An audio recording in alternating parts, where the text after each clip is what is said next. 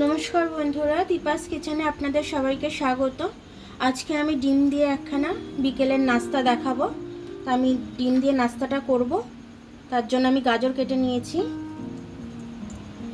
ময়দার মধ্যে আমি গাজরটা দিয়ে দিলাম, কিছু কাঁচা লঙ্কা কুচিয়ে রেখেছিলাম দিয়ে দিলাম, কিছুটা পেঁয়াজ গ্রেট করে রেখেছিলাম ওটাও দিয়ে দিলাম, আমি ধনে পাতা দিয়ে দিচ্ছি কিছুটা, একটু গোলমরিচের গুঁড়ো দিয়ে দিলাম, একটু চিলি ফ্লেক্স দিয়ে দিলাম, একটু চাট মশলা দিয়ে দিলাম, স্বাদ অনুযায়ী একটু নুন দিয়ে দিলাম। এবার আমি এটা একটু মিশিয়ে নেব। আমি দুটো ডিম নিয়ে নিচ্ছি।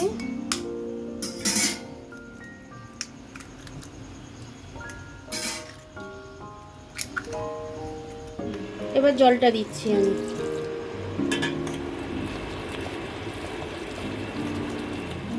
এতে একটু তেল দিয়ে দিলাম আমি অল্প করে।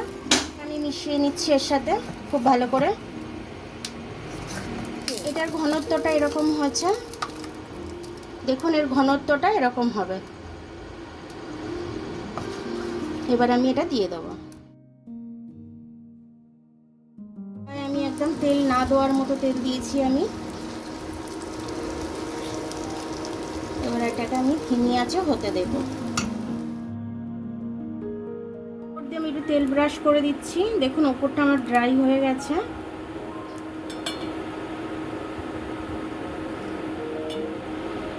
এবার আমি এটাকে উল্টে দেবো।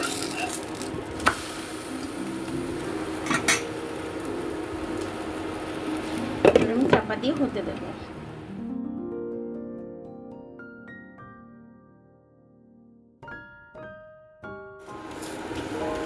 এবার এটা আমার হয়ে গেছে, আমি এটাকে তুলে নেবো। এবারে তুলে নিয়ে আর একটা দিয়ে দেবো। এরকম এক এক করে আমি সব কটা ভেজে নেবো। 2 হাতা করে ব্যাটার দিচ্ছি।